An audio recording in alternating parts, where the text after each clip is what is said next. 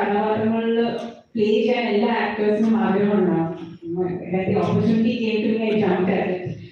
പിന്നെ ഇന്നസെന്റ് പറഞ്ഞ പോലെ എല്ലാ ക്യാരക്ടറും സ്ക്രീൻ സ്പേസ് എത്രയാണെങ്കിലും എല്ലാ ക്യാരക്ടറിനും ഒരു ഫുൾ ലൈഫ് ഉണ്ടാവും ഉണ്ണിച്ചേട്ടന്റെ ക്യാരക്ടേഴ്സിന്.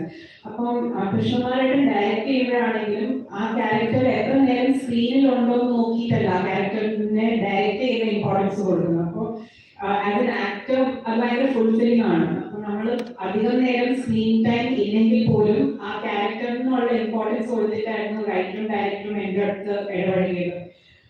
അപ്പൊ എനിക്കത് ഭയങ്കര ക്രിയേറ്റീവ്ലി ഫുൾഫില്ലിംഗ് ആയിട്ടുള്ളൊരു എക്സ്പീരിയൻസ് ആയിരുന്നു. വലിയൊരു പടത്തില് കുറെ നല്ല ആക്ടേഴ്സിന്റെ കൂടെയും ഭയങ്കര സ്ട്രോങ് ആയിട്ടുള്ള ഒരു ടെക്നിക്കൽ ക്രൂവിന്റെ കൂടെ വർക്ക് ചെയ്യാൻ പറ്റിയത് ഭയങ്കര സന്തോഷമുണ്ട്.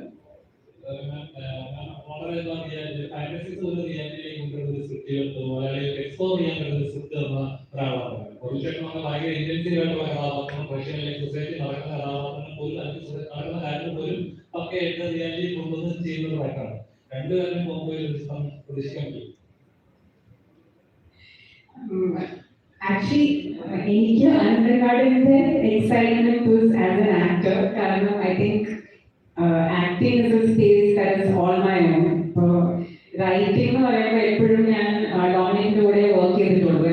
I see Dominic as a mentor because Dominic എന്നെക്കാളും ഒത്തിരി എക്സ്പീരിയൻസ് ആയിട്ടുള്ള ഒരു റൈറ്ററാണ്. അപ്പോൾ എഴുത്തിന്റെ കാര്യം വരുമ്പോൾ I am still A baby എന്നുള്ളൊരു ധാരണ എനിക്കുണ്ട്. മുരളീചേട്ടനാണെങ്കിൽ അതിലും സീനിയർ ആയിട്ട് ഉള്ള ഒരു റൈറ്ററാണ്. അങ്ങനെ ഒരു ഓപ്പർച്യൂണിറ്റി വന്നാൽ I would jump at it because it would be a huge learning experience for me. But I think he was solo.